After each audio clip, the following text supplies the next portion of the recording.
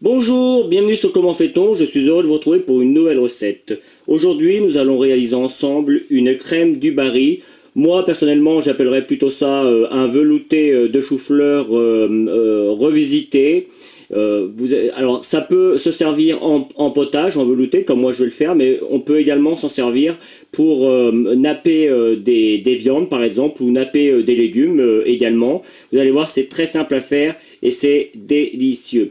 Je vous donne juste avant les ingrédients et puis après, place à la recette. Allez, c'est parti.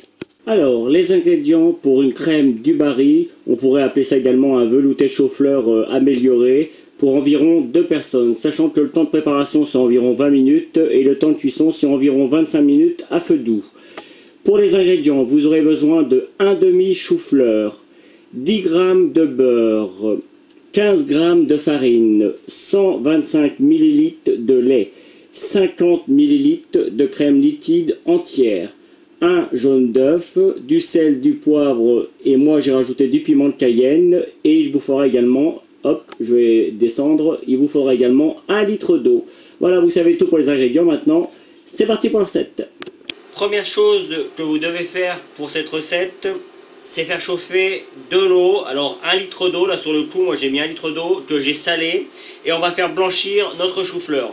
Alors vous devez également couper le chou-fleur en petits bouquets comme ça. C'est pas compliqué, hein. Le chou-fleur il se présente de cette manière. Alors il est toujours enveloppé de sa robe de feuilles. Vous enlevez les feuilles et vous voyez il reste un gros trognon, même au milieu. Vous voyez tout ça c'est pas bon à manger, tout ce qui est vraiment gros.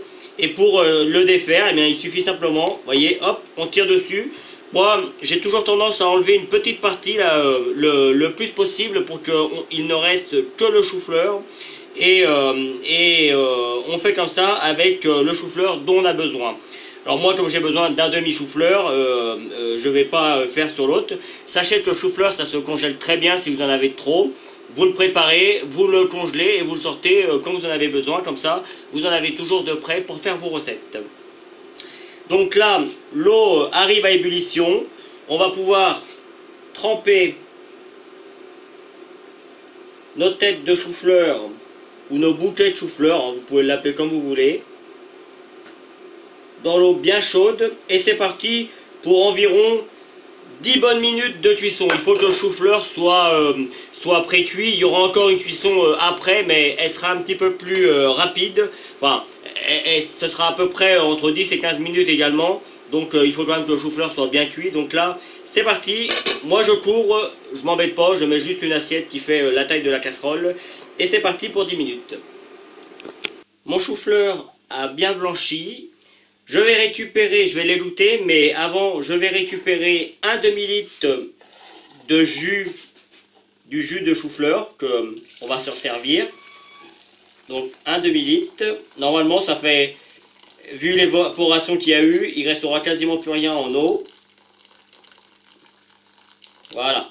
Là, j'ai mon 1 demi-litre, je vais bien l'élouter, et puis après, on va faire un petit roux et on va recuire tout ça. Je vais donc reprendre ma casserole.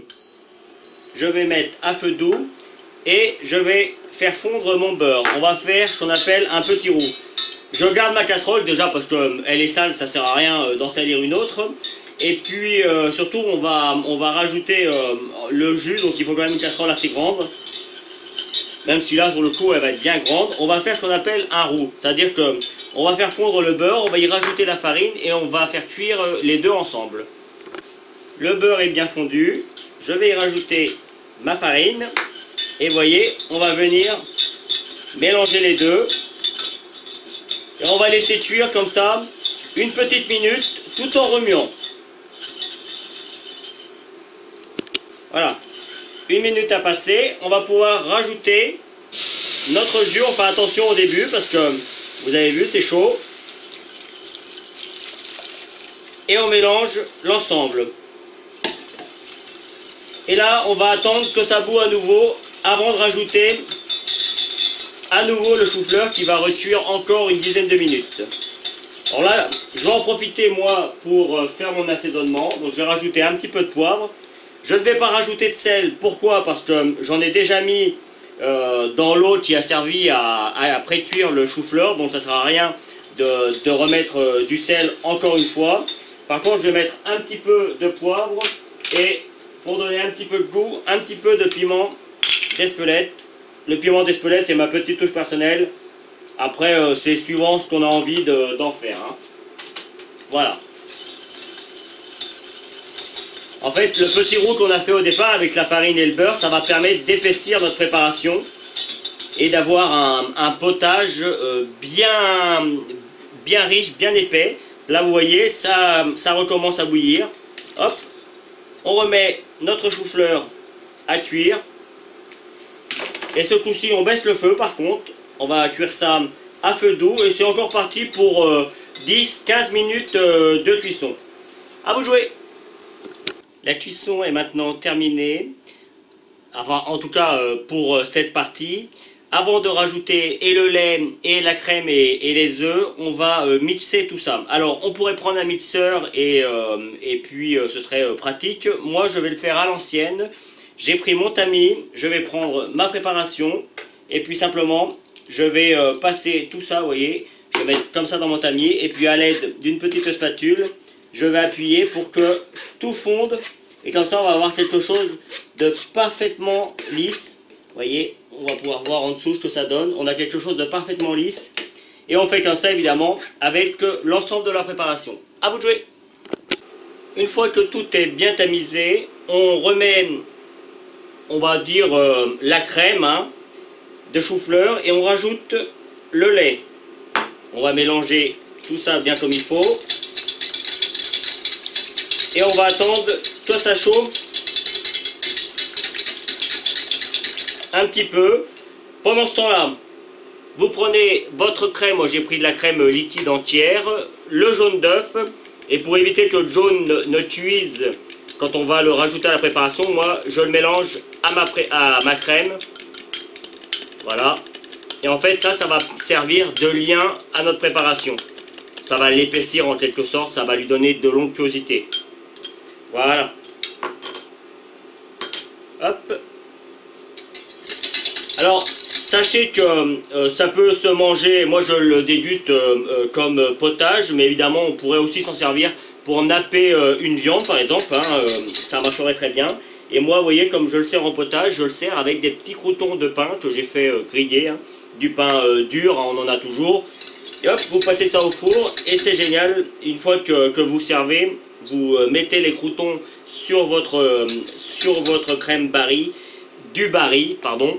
C'est pas la même chose, la crème Barry. Et vous allez voir, c'est un vrai délice. Là, la crème commence à bien chauffer. C'est le moment que je vais choisir pour ajouter ma crème et mon jaune d'œuf. Alors, comme il y a un jaune d'œuf, qu'il est très peu cuit sur le coup, il faut que ce soit dégusté le jour même.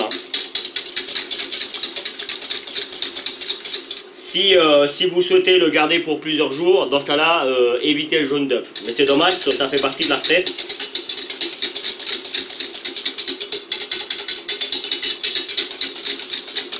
Voilà.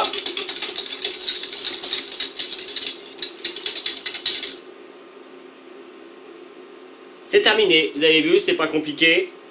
Je vais juste attendre que ça arrive à ébullition. Et puis...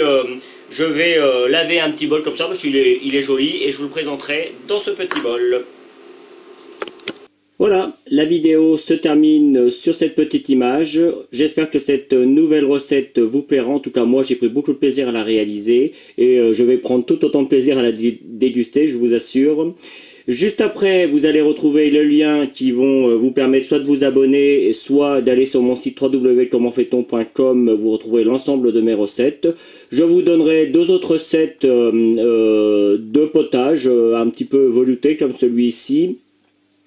Et puis, vous allez voir juste avant ou juste après apparaître une petite indication qui vous indique que vous allez retrouver tous mes liens qui se trouvent en bas de la description.